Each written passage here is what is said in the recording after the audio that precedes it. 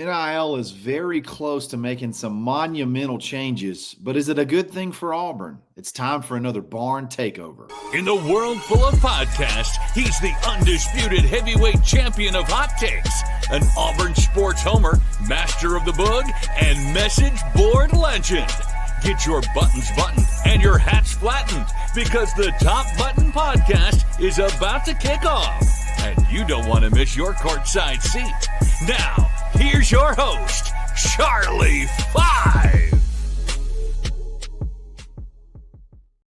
Yes, sir. We're back. It's another episode of the Top Button Podcast. I'm your host, Kyle Rush, a.k.a. Charlie Five, and we are ready to get after it. A couple of days ago, we briefly touched on NIL, and you got a lot of feedback, a lot of questions. Hey, talk a little bit more in detail. We'd like to know a little bit more about the pathway. What happens if this ruling goes through? You talk about this ruling. What does it mean? So I decided, hey, let's open it up to the barn, ask the questions, and then I would answer them. It's time for another Barn Takeover. We go to the barnauburn.com, open up the mailbag, and then they drive the content of the show. And it's going to be heavily focused on NIL today as this settlement ruling inches closer. It seems like it could literally be any day. We're going to go into detail into a lot of this in just a second. But before we do that, let's give a quick shout out to mybookie.ag. Go to mybookie.ag, use coupon code BARN, B-A-R-N, on your, I guess, any deposit. Up to $1,000, you can get a 50% bonus. So that means you give them $100, they're going to give you 50 back in free play to go play with. So any sports line you can imagine, tons of playoff sports, professional sports going on right now. Take advantage. It's mybookie.ag. There's so many aspects to this House versus the NCAA settlement that was first, the suit was brought back in 2020.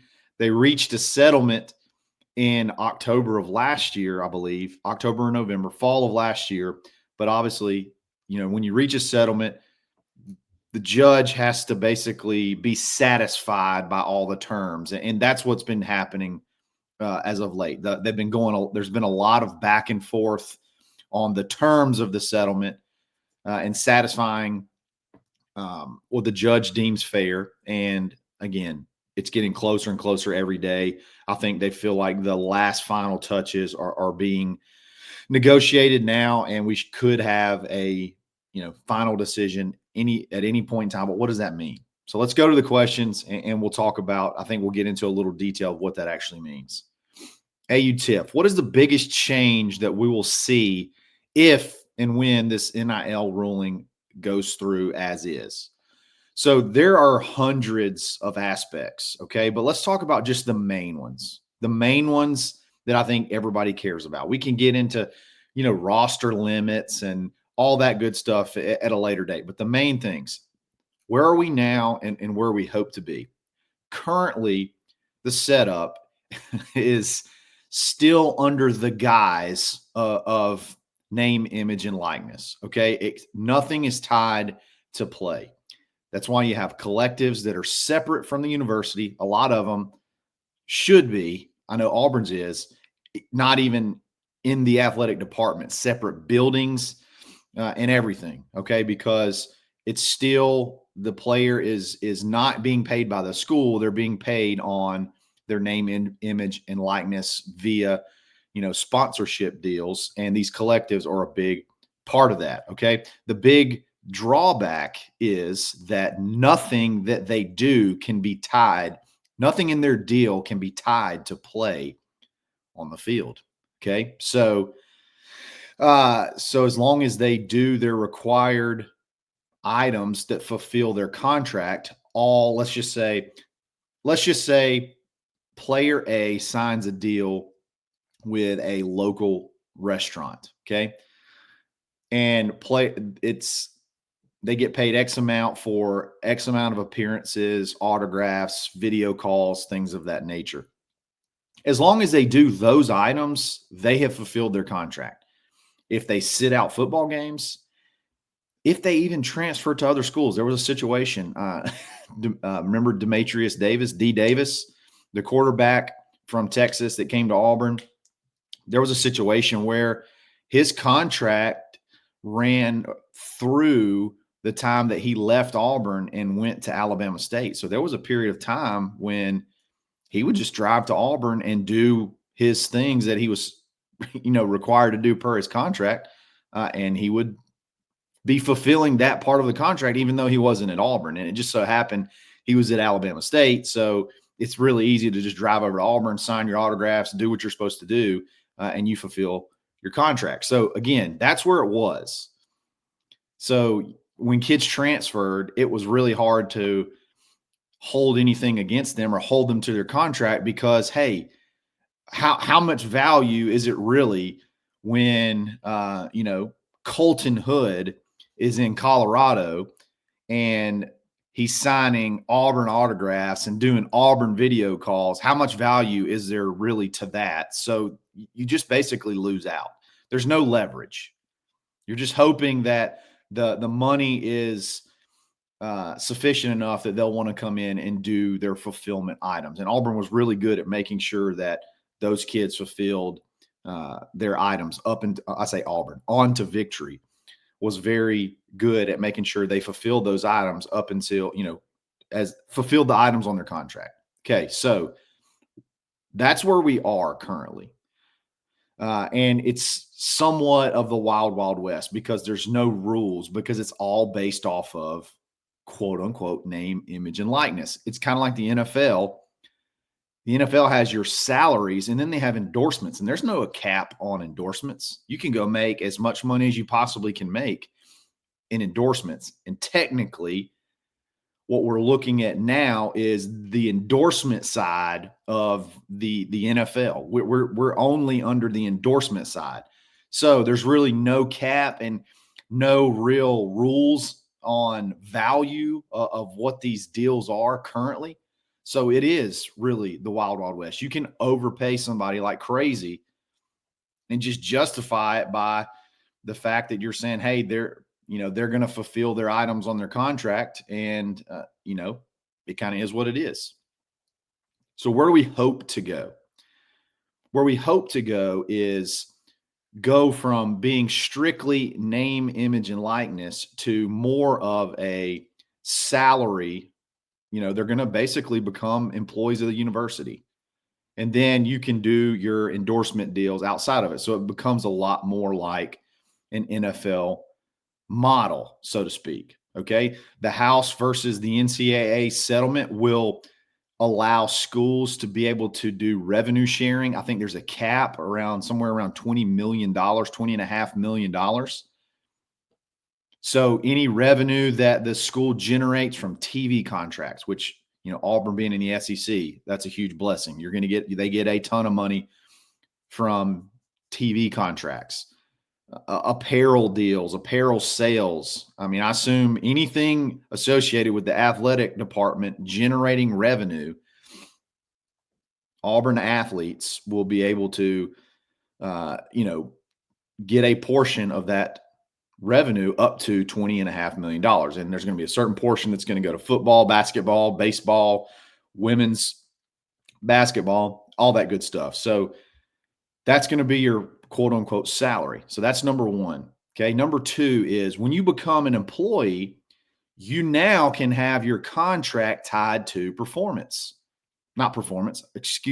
tied to, well, I guess it is a part of performance. But when I say that, I don't mean like, if you don't throw for 300 yards a game, you can't get paid. It's not like that, but it's more like, hey, we're paying you for your services.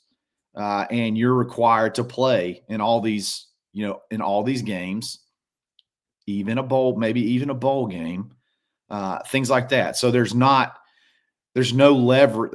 All the leverage kind of gets, not all of it, but a lot of the leverage gets put back on the schools and the teams to be able to say, okay, you have to play at least this amount. Every game that we are supposed to play in and you're not injured, you have to play in. So I think that's big. It's tied to performance on the field. Another thing that could possibly lead to is multi-year contracts. Now, I don't think it's super smart for a coach to bring in a freshman and say, we're going to sign you to a 4-year deal. So you're guaranteed to be here for 4 years. I don't know that that's going to happen very often. But 2-year deals could completely change the game. Give you an example. Let's just talk about Deuce Knight for a second. If Jackson Arnold has we've talked about it a ton of times, but if Jackson Arnold has, let's just say he throws for just shy of 3,000 yards. Auburn, but it's a really good year. Like Auburn has a good year, but it's not good enough for him to be a high draft prospect. But hey, you want to bring him back because, hey, you had a really solid year. You won a bunch of games. And if you take a step forward the next year, Auburn could be a playoff contender. Well, now Deuce Knight is guaranteed to not play until his third year. So that after this first season, there are some really tough conversations that would have to be had. And who knows what happens with Deuce Knight moving forward. Now, if he had a 2-year contract, he would be set here for at least 2 years. So it almost works out perfect that as his 2-year contract runs out, he's ready to step in and be the starter, and you can renegotiate for another 2-year deal or whatever you want to do from there. And you get reins on knowing who's going to be here and when they're going to be here. A lot of these younger guys that need a couple of years to develop, it's not just one and done. The one and dones are what's killing depth. Freshmen that come in, they don't get the playing time they think they're going to get. Maybe they're not quite as far advanced as you think they'd be, and you need to kind of bring in somebody from the portal, and maybe they see it's going to take longer to get on the field. You can reel them in for a certain amount of time if you believe in them, and you know that they're going to be there that year 3, they're ready to go. Multi-year contracts, I think, could definitely benefit. And then this is another big thing. There's 3 parts to it that I think are the biggest things to focus on. So we've got revenue sharing, enforceable contracts, and then the last thing I think that's really big is, so in the NFL, you have your salary, and then you have your endorsement deals, okay?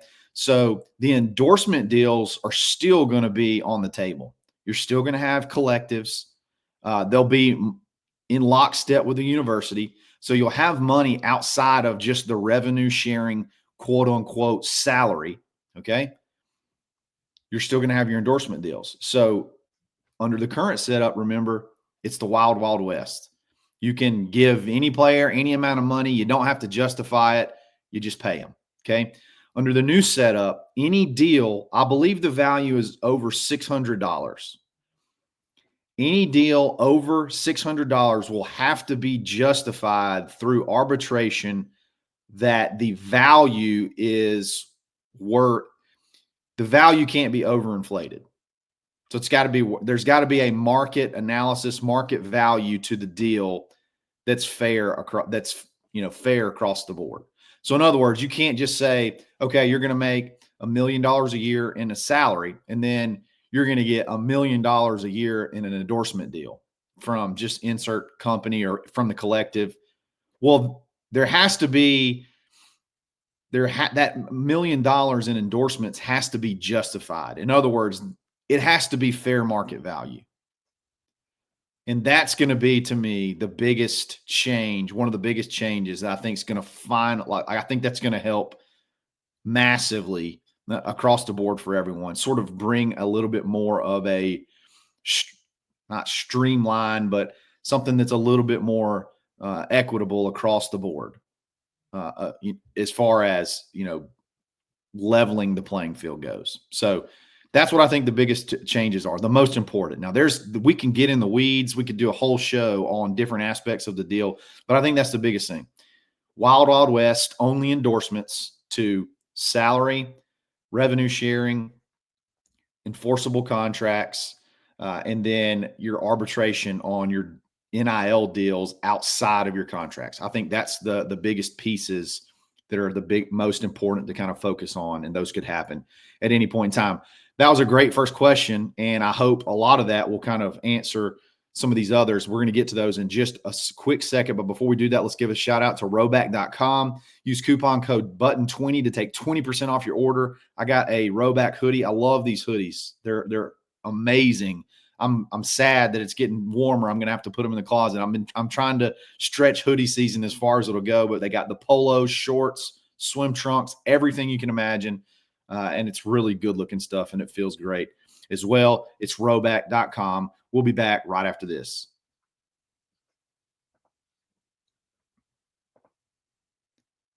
All right, let's hit some more questions. Brian Beatty, are we any closer to a salary cap with the new NIL rules, or is it likely to be the wild, wild west forever? Hopefully some of that first question answers some of this.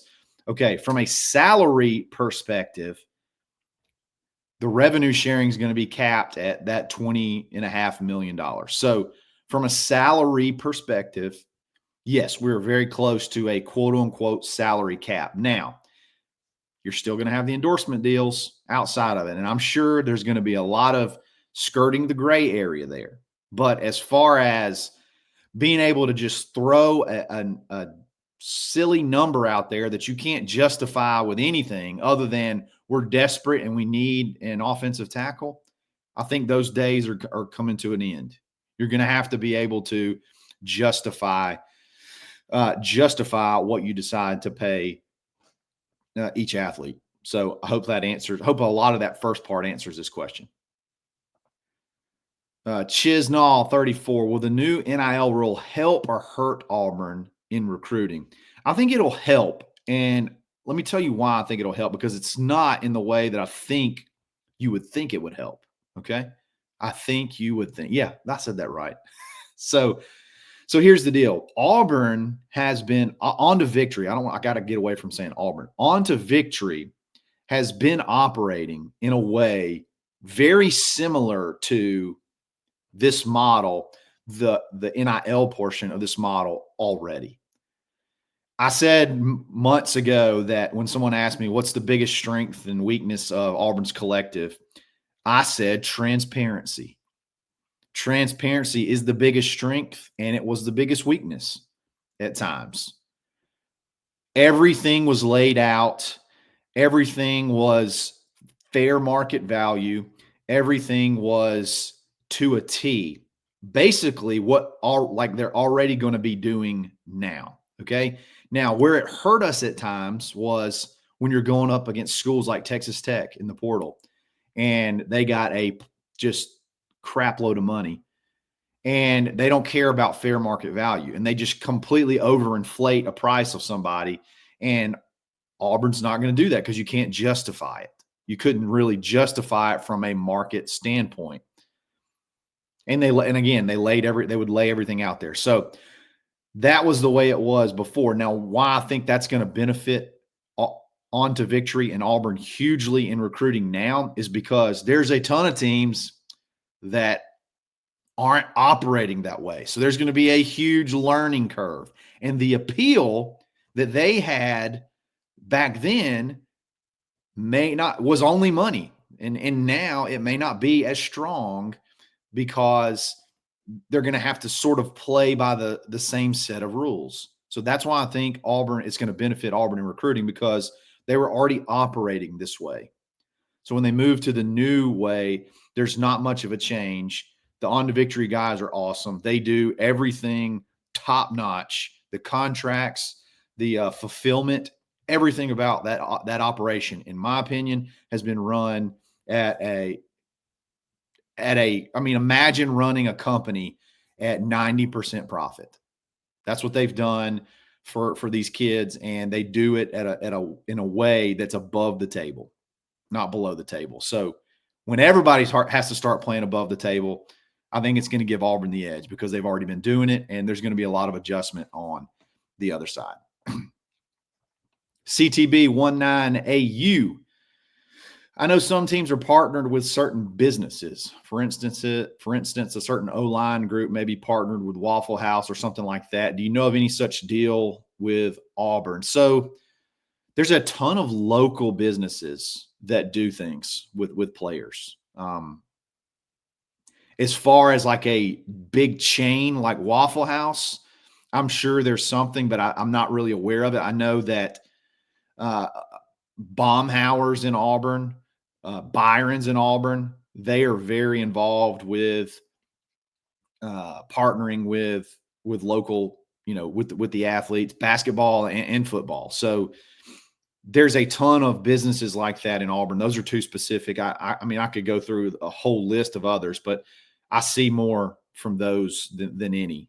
They're very, very involved in NIL. So I think that may have answered your question. I don't know of any like huge chains that Auburn's. I know Yellowwood probably comes to mind. That I haven't even seen an Auburn Yellowwood athlete advertisement yet, and I think it's because he's on the board, and there's some rules about if you're a business owner and you're on the board, you can't really participate in NIL. Talking about Jimmy Rain. Will that change with these new rules? I don't know if that changes things, but I hope that answered your question. Cambo, give us the real spiel. What's the top 10% of football players making on Auburn's roster, and what the just everyday 3 deep guys make? Well, the problem is those 3 deep guys are usually pretty highly rated freshmen. Football players don't make nearly as much as basketball players because obviously there's more of them. And I think you'd be surprised that I don't necessarily think just the vast number of football players across the country making, multi-million dollar deals. I don't think it's that high. I think obviously it's just like the NFL. Your top quarterbacks are going to make, well over $1 million. Maybe your offensive tackles are going to make, big money, pass rushers, stuff like that. So with Auburn, I mean, I think obviously you probably have if you name those positions, you got Jackson Arnold, Eric Singleton Jr., Cam Coleman, Xavier Chaplin. I would imagine all those guys are probably Keldrick Falk. All those guys are probably making close to that $1 million number. And then your everyday guy. So like if you're talking about your depth pieces that aren't, high ranking freshmen, like high, big, 5, 4, and 5-star freshmen that just haven't gotten the rotation yet, probably close to, $100,000, I would imagine. I think that's probably pretty fair.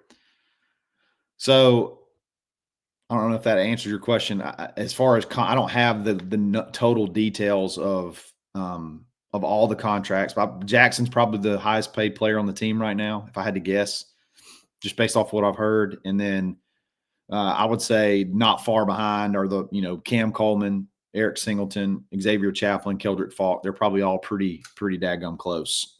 So hope that answered that. I Speak Gifts. This is the last question. Do you know if Auburn provides financial advisors for the kids receiving money for the first time? One thing that I know for a fact that On to Victory does is the first thing that they discuss is withholding taxes. And that hurts, okay? Again, this goes into the transparency thing. So they 100% make sure that money, they don't force the kids to do it, but they make sure that it's out there that, hey, you better withhold some from taxes and we can do it for you in an escrow so that at the end of the year, when the IRS comes calling, you haven't spent all your money and then you got to spend another, 20, 30% of your money in taxes. So I know that for a fact. I know there is tax advice, which I think is number one, the most important. Okay. Because this is not like their W-2 and they got a 401k and they got their health insurance coming out pre-tax and all. It's not like that. It's just straight up 1099. So I know that's one thing that they talk about. I'm sure that there's tons of financial resources as far as how to help these kids manage their money as well. I don't know of anything in particular, but I know if they're already on the front end helping them so that they don't get into a tax issue, if they're already doing that on the front end, surely there's some different type of investment opportunities or budgeting or things like that they're helping these kids with. So I'm quite sure of that. So again, guys, I know we could go for hours talking about each individual item, but I think these are the high points to look forward to. If you've been sort of discouraged by what you've seen, kids having all the leverage, which sounds nefarious, like, oh, these kids shouldn't have, any power over the school. It should be the school first. I know that sounds sort of along those lines, but you can't have all the leverage. Like, you can have leverage. Everybody should be able to have leverage in an employee-employer situation, at least some level of leverage. But the schools had zero leverage. The kids could come and go anytime they wanted to. You could threaten to go in the portal to get a raise, and there's no market justification for your raise. The school just has to pay it, or you can go find it somewhere else. There's nothing. There's no contracts were not enforceable to anything to do with what you do on the field. So you could sit out games anytime. Hey, I'm not going to play in the just like you talked that they heard rumors, or not rumors, but Nico Amalieva threatening to hold out before the first round of the playoffs. I need another $100,000 or I'm not playing. There's nothing that could force him to play. Now that, at least that portion of it would be gone. I think it might make bowl games a little bit more fun again. Now you're still going to have the transfer portal part of it, I would imagine, where kids may go into the portal before they get to their bowl. So, there's that aspect of it. But I guess, that'll be something they have to work around. If your contract is tied to a season and completing games and getting game checks, maybe it makes kids wait a little bit longer until after their bowl game before they actually go into the portal. So I think it could help bowl games be a little bit more interesting. Fans invest a lot of money in going traveling, and then none of the players want to play in it. So I think that could help there for sure. So what are the big questions that you have that I maybe haven't answered? I think, again, that was a very high level, but I think it's the most important thing. Getting a little bit more power back on the school side and making it equal, at least get it closer to equal, so you feel like you feel like you have a little bit of an idea of who's going to be here and how long they'll be here. So we'll see how it happens, how it shakes out. Again, they're very close to having the judge be satisfied with the settlement terms and this thing being over with, and then we're moving forward. And they kind of predicted June, and it looks like it could be right there at it. So we'll see what happens. But guys, if you have any questions that I didn't answer, hit me in the comments. Our comment section, especially the live comment section when this thing premieres, is electric. So I appreciate all of those guys jumping in every single morning. It's fun to jump in there, and I jump in there every now and then. So stay tuned. We're going to be back again soon. Friendship Friday tomorrow's up in the air, so just be on the lookout. We could have a Friendship Friday. We've had some scheduling conflicts, but we may be able to pull something off. So, guys, I really appreciate it. We'll be back again soon. It's another episode of the Top Button Podcast. Stay buttoned. Thanks for listening, and drive home safely.